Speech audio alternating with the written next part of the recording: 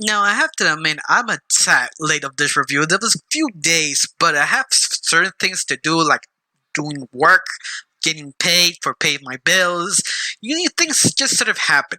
But besides this, I finally have the chance to review this series. Now, this is the first time on my channel. My name is Retro. I usually review cartoon series, anime series, so something completely random.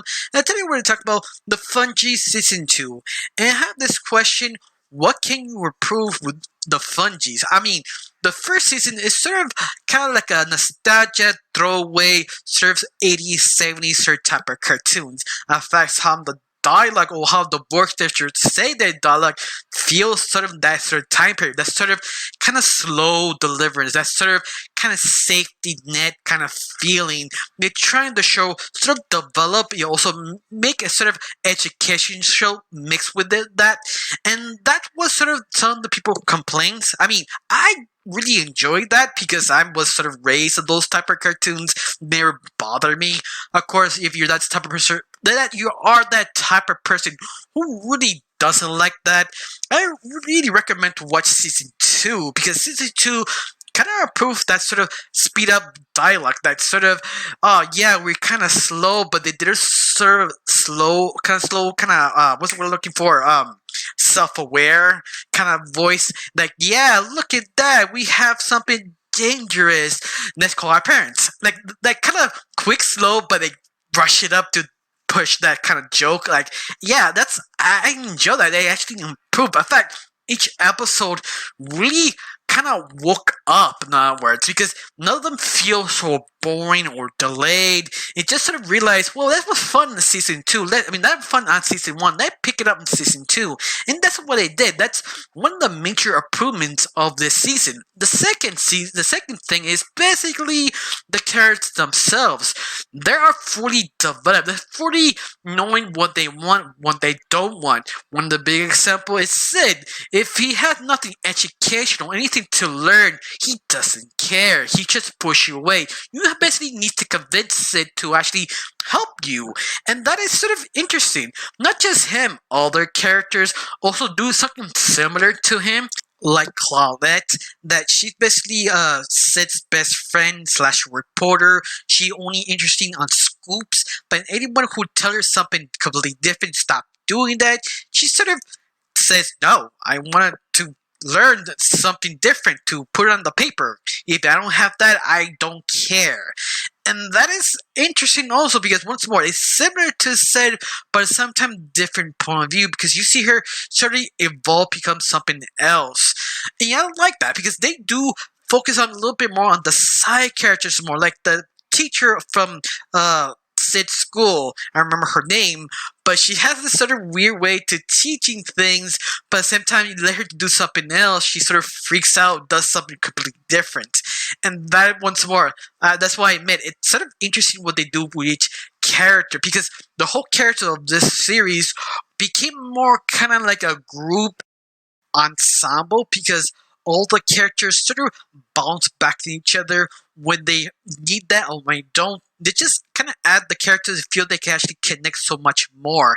In that, I feel fascinating because season 1, they sort of do that, but they wasn't sure what to do with the characters, because you feel that sometimes the episode was sort of kind of playing around the world instead of actually focus on the characters.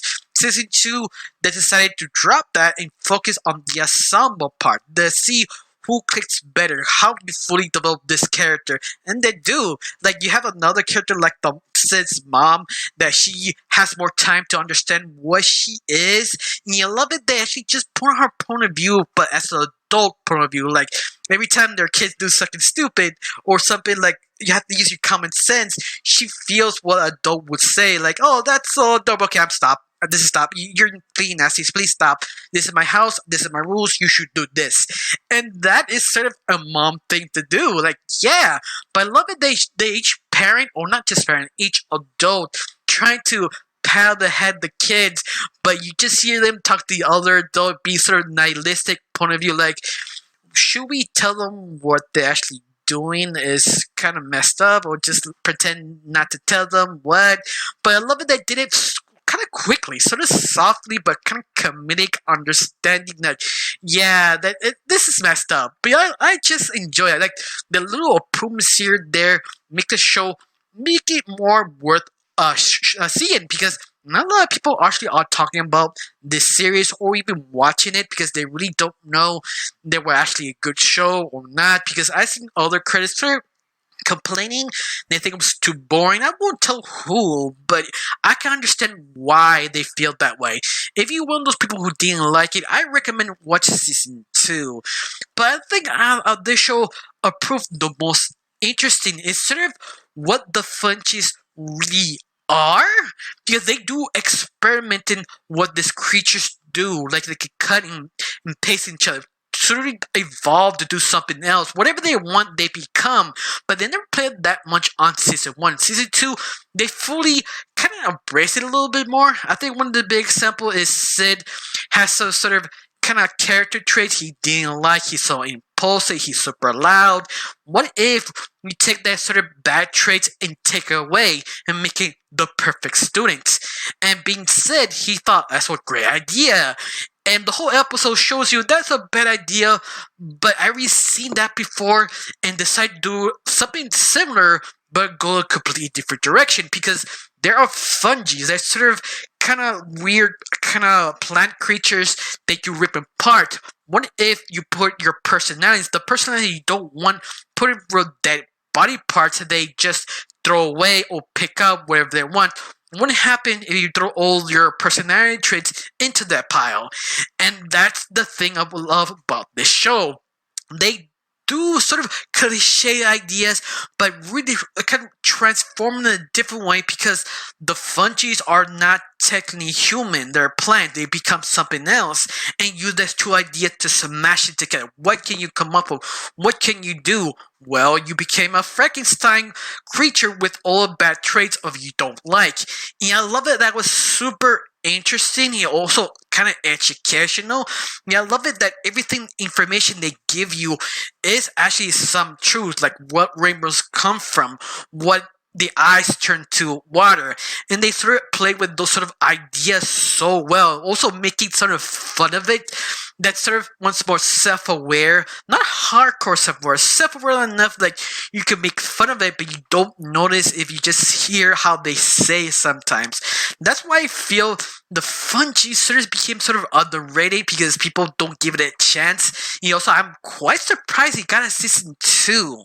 Although that I enjoy it because it improves so many things. Even the music become more kind of like 70s soundtrack where they trying to change it up to make it more scarier, more adventurous. It just, wow, they actually fully embrace sort of 80s to 70s kind of sound, sort of storylines, how you post a doc, all this makes this series super unique. I just wish people would see it more, talk about more, because it's a special show. But other than that, do you like this series? You watch season 2, or did I convince you to see this show?